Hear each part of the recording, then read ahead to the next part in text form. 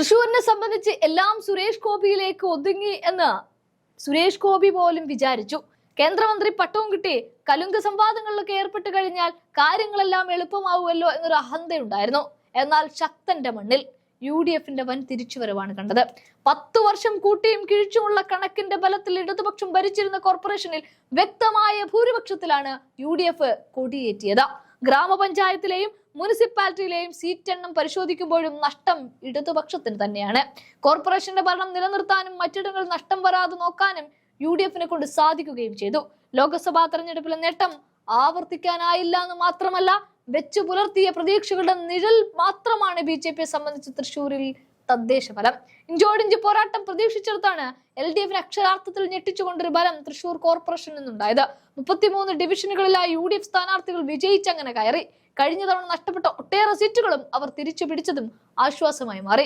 2020 ആലസ്യം വരുത്തിവെച്ച ബലത്തെക്കുറിച്ച് നല്ല ബോധ്യമുണ്ടായിരുന്ന കോൺഗ്രസ് ജില്ലാ നേതൃത്വത്തിന് ഇതുകൊണ്ടൊക്കെ അവർ വിജയിച്ച് കയറാൻ അത് മുതൽക്കൂട്ടായി. അതുകൊണ്ട് തന്നെ മറ്റുള്ളവരെക്കാൾ ഒരു പടി മുന്നിൽ തന്നെ കോൺഗ്രസ് പ്രചാരണത്തിന് ഇറങ്ങി.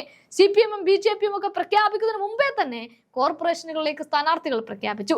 പുതുമുഖങ്ങൾക്ക് പ്രാധാന്യം നൽകുന്ന പട്ടികയായിരുന്നു പുറത്തു വന്നത്. മേയർ സ്ഥാനാർത്ഥിയായി അവിടെ പക്ഷേ LDF ഉയർത്തിക്കാട്ടിയ നോവലിസ്റ്റ് ലിസി ജോയ് പരാജയപ്പെട്ടത് LDFന് കനത്ത തിരിച്ചടിയും കൊടുത്തു. ലാലൂർ ഡിവിഷനിൽ നിന്നാണ് ഇവർ മത്സരിച്ചിരുന്നത്.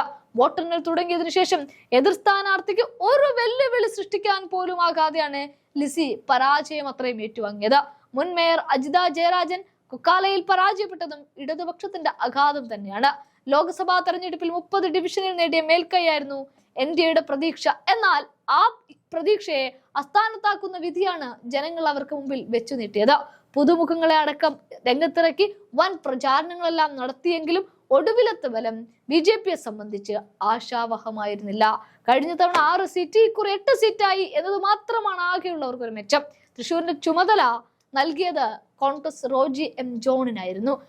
അദ്ദേഹം ഈ വിഷയത്തിൽ ശക്തമായ ചില പ്രതികരണങ്ങളും നടത്തുന്നുണ്ട്. അതൊന്ന് കാണാം. കഴിഞ്ഞ 10 വർഷത്തോളമായി കേരളത്തിൽ അധികാരത്തിലിരുന്ന് ജനങ്ങളെ ദുരിതത്തിലാക്കി സമസ്ത മേഖലയിലും പരാജയപ്പെട്ട ഒരു സർക്കാരിനെതിരായിട്ടുള്ള കൃത്യമായ വിധിയെഴുത്ത് ജനങ്ങൾ നടത്തിയിട്ടുണ്ട്. ജനങ്ങളുടെ പ്രശ്നങ്ങൾ മനസ്സിലാക്കിക്കൊണ്ട് ജനങ്ങൾക്ക് ഈ സർക്കാരിനോടുള്ള അവരുടെ ശക്തമായ പ്രതിഷേധം ഉൾക്കൊണ്ടുകൊണ്ട് അവരുടെ ശബ്ദമായി മാറാനായിട്ട് UDFും കോൺഗ്രസും പരിശ്രമിച്ചു. ജനങ്ങളുടെ ആഗ്രഹങ്ങൾക്ക് ഒത്തുയരാനായിട്ടുള്ള ഒരു പരിശ്രമം കോൺഗ്രസ് നടത്തിയതിൻ്റെ ഫലമായിട്ട് ആ നിലയിലുള്ള സ്ഥാനാർത്ഥി നിർണയവും തെരഞ്ഞെടുപ്പ് പ്രവർത്തനങ്ങളും ഒക്കെയാണ് UDFൻ്റെ ഭാഗത്തുനിന്നുണ്ടായത്. ഞങ്ങൾ മുന്നോട്ട് വെച്ച ഒരു രാഷ്ട്രീയം, ഈ സർക്കാരിനെതിരായിട്ടുള്ള ശക്തമായ പ്രതിഷേധം ഒക്കെ ജനങ്ങൾ ഏറ്റെടുത്തതുകൊണ്ടാണ് നമ്മൾ ഒരു കാലത്തും ജയിച്ചിട്ടില്ലാത്ത പല സീറ്റുകളിലും പല മേഖലകളിലും പല പഞ്ചായത്തുകളിൽ പോലും UDFൻ്റെ കോൺഗ്രസിൻ്റെ ശക്തമായ തിരിച്ചുവരവിന് ഈ തെരഞ്ഞെടുപ്പിൽ സാക്ഷിയായത്. അല്ല, ജനം ഇതെല്ലാം വീക്ഷിക്കുന്നുണ്ട്. ജനം ഒരു തെരഞ്ഞെടുപ്പ് വരുമ്പോൾ സ്വാഭാവികമായും ജനങ്ങളെ ബാധിക്കുന്ന കാതലായ വിഷയങ്ങളെ സംബന്ധിച്ച് ചിന്തിക്കുകയും അതിനെക്കുറിച്ച് കൃത്യമായ വിലയിരുത്തൽ നടത്തുകയും സർക്കാരിൻ്റെ പ്രവർത്തനങ്ങളെ ജനങ്ങൾ കൃത്യമായിട്ട് പരിശോധിക്കുകയും വിലയിരുത്തുകയും ഒക്കെ ചെയ്തിട്ടുണ്ട്. അതുപോലെ തന്നെ പ്രതിപക്ഷത്തിൻ്റെ പ്രവർത്തനങ്ങളെയും ഒക്കെ വിലയിരുത്തിയിട്ടുണ്ട്. അപ്പോൾ ജനങ്ങളെ ബാധിക്കുന്ന വിഷയങ്ങളിൽ സർക്കാരിന് കാര്യമായിട്ടൊന്നും ചെയ്യാൻ കഴിഞ്ഞിട്ടില്ല എന്നുള്ളതും സർക്കാർ പൂർണ്ണമായിട്ടും പരാജയമായിരുന്നു എന്നുള്ളതുമൊക്കെ ജനങ്ങൾക്ക് ബോധ്യമുണ്ട്. നമ്മൾ പുറത്തു കിടക്കുന്ന കോലാഹലങ്ങൾക്കൊക്കെ അപ്പുറത്ത് ജനങ്ങൾ ഈ കാര്യങ്ങളൊക്കെ വളരെ കൃത്യമായി വീക്ഷിക്കുകയും അതിനെ വിവേകത്തോടു കൂടി വിലയിരുത്താനും അതിന് കൃത്യമായ മറുപടി കൊടുക്കാനും കൃത്യമായ സെലക്ഷൻ നടത്താനും ഒക്കെ ജനങ്ങൾക്ക് സാധിക്കുമെന്ന് കൃത്യമായി ഒരിക്കൽ കൂടി തെരഞ്ഞെടുപ്പിലൂടെ തെളിയിച്ചിരിക്കുകയാണ്.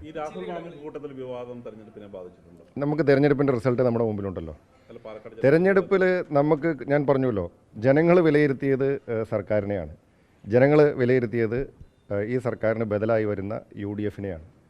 അപ്പോൾ ഈ രണ്ടിനെയും വളരെ കൃത്യമായി ജനങ്ങൾ വിലയിരുത്തിക്കൊണ്ട് ജനങ്ങൾ ഏറ്റവും ഉചിതമായിട്ടുള്ള സെലക്ഷൻ തീരുമാനമെടുത്തു, കൃത്യമായ തെരഞ്ഞെടുപ്പ് നടത്തി.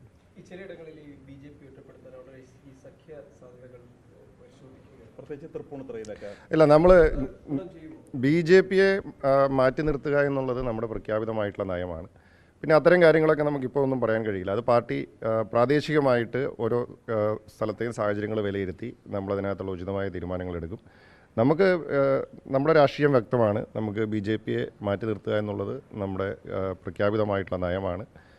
പക്ഷേ പ്രാദേശികമായിട്ടുള്ള കാര്യങ്ങളൊക്കെ നമുക്കിപ്പോൾ പറയാൻ കഴിയില്ല. അങ്ങയുടെ അയൽ മണ്ഡലം, അയൽ മുനിസിപ്പാലിറ്റിയാണ് ഇവിടെ തൃപ്പൂണിത്തുറ. അപ്പോൾ ഇടതുപക്ഷം വലതുപക്ഷം ഒരു ഇന്ത്യ ഇല്ല, ഞാൻ പറഞ്ഞല്ലോ അതൊക്കെ പാർട്ടി കൂടിയാലോചിച്ച് അത്തരം കാര്യങ്ങളിൽ തീരുമാനങ്ങൾ എടുക്കാൻ പോകുന്നതേ ഉള്ളൂ. അതിനെക്കുറിച്ചൊന്നും നമുക്കിപ്പോൾ പറയാറില്ല.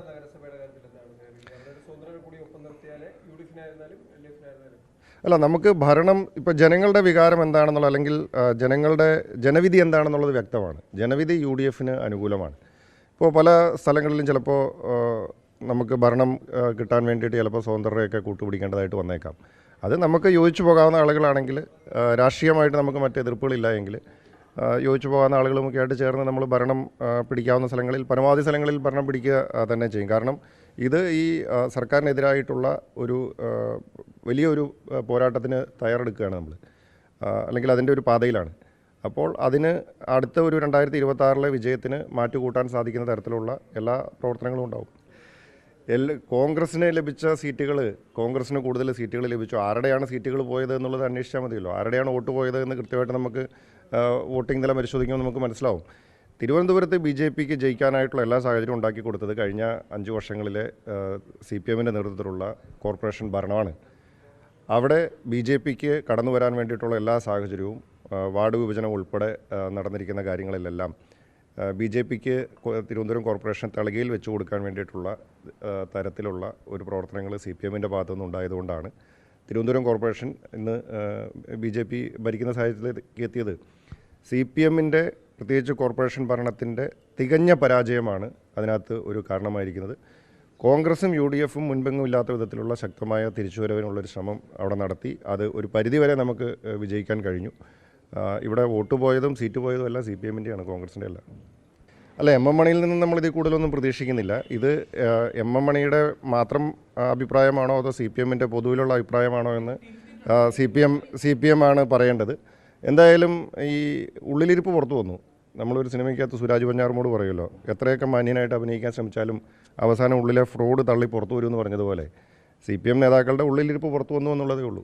CPM എല്ലാ കാലത്തും തെരഞ്ഞെടുപ്പ് രംഗത്ത് ജനാധിപത്യ മര്യാദകളെ എല്ലാം അട്ടിമറിച്ചുകൊണ്ട് അക്രമം അഴിച്ചുവിടുന്ന രീതിയുണ്ട്. ഞാൻ മലബാറിൽ കണ്ണൂരിൽ ജനിച്ചുകൊള്ളുന്ന ഒരാളാണ്. പല സ്ഥലങ്ങളിലും നോമിനേഷൻ കൊടുക്കാനോ അല്ലെങ്കിൽ നോമിനേഷൻ കൊടുത്തു കഴിഞ്ഞാൽ സ്ഥാനാർത്ഥികൾക്ക് ഏജൻറ്റുമാർക്ക് ബൂത്തിലിരിക്കാനോ പോലും അനുവദിക്കാത്ത സാഹചര്യം കണ്ണൂരിൻ്റെ പല പ്രദേശങ്ങളിലും പ്രത്യേകിച്ച് പല ഗ്രാമങ്ങളിലും ഇന്നും നിലവിലുണ്ട്. ഇത് ഒരു ജനാധിപത്യ സംവിധാനമാണെന്ന് ആണെങ്കിൽ കൂടിയും ആ ജനാധിപത്യ മര്യാദകളൊന്നും പാലിക്കാത്ത ഒരു പാർട്ടിയാണ്, ഫാസിസ്റ്റ് സ്വഭാവത്തോടു കൂടി പ്രവർത്തിക്കുന്ന ഒരു പാർട്ടിയാണ് CPM, പ്രത്യേകിച്ച് മലബാർ മേഖലയിൽ.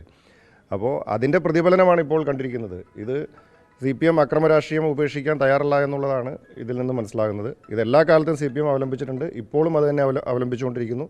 ഇതൊക്കെ ജനങ്ങൾ കാണുന്നുണ്ട്.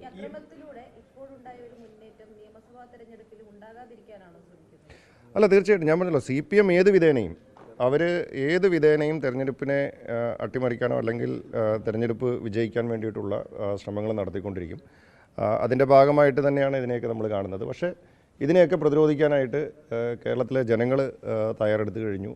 കേരളത്തിലെ ജനങ്ങൾ മനസ്സുകൊണ്ട് CPMനെ അതുപോലെ തന്നെ ഈ സർക്കാരിനെയും വെറുത്തു എന്നുള്ളതിൻ്റെ ഉദാഹരണമാണ്, എന്നുള്ളതിൻ്റെ തെളിവാണ് നമുക്ക് ഈ തെരഞ്ഞെടുപ്പിൽ കാണാൻ കഴിയുന്നത്. ഇനി മുഖ്യമന്ത്രിക്ക് കാവൽ മുഖ്യമന്ത്രിയായി കുറച്ചു കാലം തുടരാം എന്ന് മാത്രമേ ഉള്ളൂ. അതൊക്കെ അത്തരം കാര്യങ്ങളൊക്കെ നമുക്ക് തെരഞ്ഞെടുപ്പിൻ്റെ വിജയം എന്ന് പറയുന്നത് കേരളത്തിലെ കോൺഗ്രസിൻ്റെ UDF പ്രവർത്തകരെല്ലാവരും ആഗ്രഹിച്ച അല്ലെങ്കിൽ ജനങ്ങൾ ആഗ്രഹിച്ചിട്ടുള്ളൊരു വിജയമാണ്. തീർച്ചയായിട്ടും ആ വിജയത്തിൽ അതിനകത്ത് എവിടെയെങ്കിലും എന്തെങ്കിലും തരത്തിലുള്ള പാളിച്ചകൾ, പോരായ്മകളൊക്കെ സംഭവിച്ചിട്ടുണ്ടെങ്കിൽ അത് പാർട്ടി കൃത്യമായിട്ട് അതിനെക്കുറിച്ച് അന്വേഷിച്ച് അതിനകത്ത് ആവശ്യമായിട്ടുള്ള നടപടി എടുക്കും. ഞാൻ പറഞ്ഞല്ലോ, ഇത്രയും വലിയൊരു തെരഞ്ഞെടുപ്പ് നടക്കുന്നു. നമുക്ക് കേരളത്തിലെ മുഴുവൻ പഞ്ചായത്തുകളിലും അല്ലെങ്കിൽ ഏതെങ്കിലും വാർഡിലോ അല്ലെങ്കിൽ ഏതെങ്കിലും മുനിസിപ്പാലിറ്റിയിലോ പ്രാദേശികമായിട്ടുണ്ടാകുന്ന കാര്യങ്ങൾ അതിൻ്റെ പിന്നിലാരാണ് മുമ്പിലാരാണെന്നൊക്കെ നമുക്കിപ്പോൾ പറയാൻ കഴിയില്ല.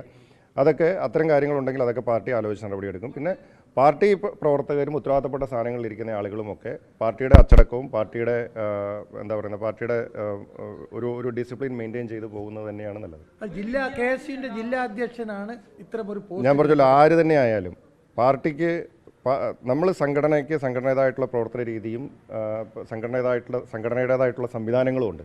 നമുക്ക് ആർക്കെങ്കിലും എന്തെങ്കിലും തരത്തിലുള്ള പരാതികളുണ്ടെങ്കിൽ അതൊക്കെ അന്വേഷിക്കാനും അതിനകത്തൊക്കെ ആവശ്യമായിട്ടുള്ള നടപടികൾ സ്വീകരിക്കാനും ഒക്കെ പാർട്ടിക്ക് സംവിധാനങ്ങളുണ്ട്. ആ സംവിധാനങ്ങൾ അനുസരിച്ചിട്ടാണ് പോകേണ്ടത്. അതൊന്നും നമുക്ക് പരസ്യമായിട്ടോ അല്ലെങ്കിൽ പൊതു മധ്യത്തിലേക്കൊന്നും ചർച്ചയ്ക്കിടേണ്ട കാര്യങ്ങളല്ല. അതൊക്കെ പാർട്ടി കൃത്യമായിട്ട് ആലോചിച്ച് അതിനകത്ത് ആവശ്യമായ നടപടികൾ സ്വീകരിക്കും. ഞാൻ പറഞ്ഞു, പറഞ്ഞല്ലോ പാർട്ടിയുമായി ബന്ധപ്പെട്ടിട്ടുള്ള എന്തെങ്കിലും പരാതികൾ ആർക്കെങ്കിലും ഉണ്ടെങ്കിൽ അത് പാർട്ടിയുടെ ബന്ധപ്പെട്ട ഫോറങ്ങളിലാണ് ഉന്നയിക്കേണ്ടത്.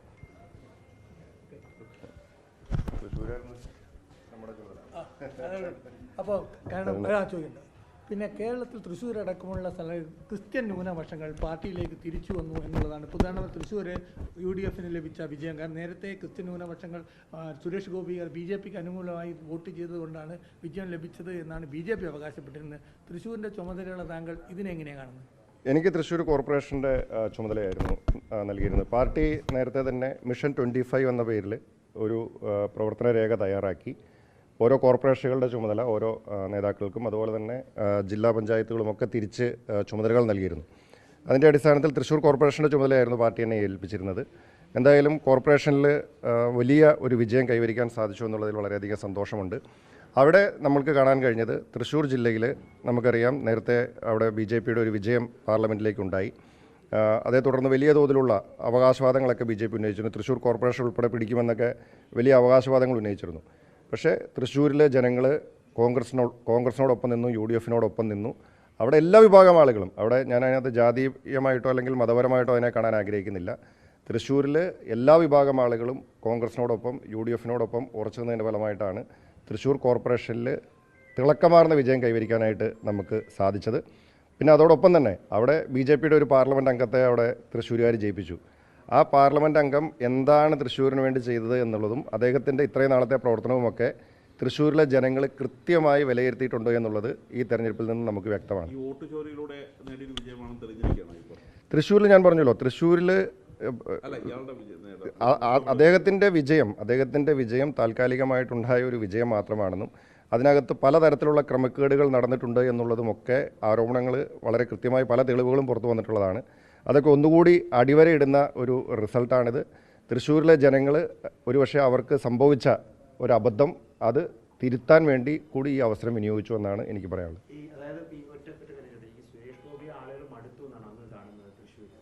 തീർച്ചയായിട്ടും സുരേഷ് ഗോപി, ഞാൻ പറഞ്ഞല്ലോ, അവർ ഏറ്റവും കൂടുതൽ പ്രതീക്ഷ വെച്ച ഒരു സ്ഥലമായിരുന്നു തൃശ്ശൂർ കോർപ്പറേഷൻ. തൃശ്ശൂർ കോർപ്പറേഷനിൽ അവർ ഭരണം പിടിക്കുമെന്ന് പറഞ്ഞു വെച്ചിട്ട് തൃശ്ശൂർ കോർപ്പറേഷനിൽ അവർക്ക് ഒരു ഇഞ്ച് മുന്നോട്ട് പോകാനായിട്ട് അവർക്ക് സാധിച്ചിട്ടില്ല. എന്ന് മാത്രമല്ല, അവർക്ക് ഇപ്പോൾ കൃത്യമായി വോട്ടിംഗ് നില പരിശോധിക്കുമ്പോൾ BJPക്ക് ഉണ്ടായിരുന്ന അവരുടെ ശക്തി കേന്ദ്രങ്ങളിൽ പോലും നേരത്തെ വിജയിച്ചിരുന്ന പല സ്ഥലങ്ങളിൽ പോലും അവർക്ക് പരാജയം സംഭവിച്ചതായിട്ട് നമുക്ക് കാണാൻ സാധിക്കും. അപ്പോൾ അവിടെ BJPയുടെ പ്രവർത്തനത്തെയും അല്ലെങ്കിൽ സുരേഷ് ഗോപിയുടെ ഒരു പാർലമെൻറ്റ് അംഗമെന്ന നിലയിലുള്ള അദ്ദേഹത്തിൻ്റെ പ്രവർത്തനമൊക്കെ തൃശ്ശൂരിലെ ജനങ്ങൾ ഇതിനോടകം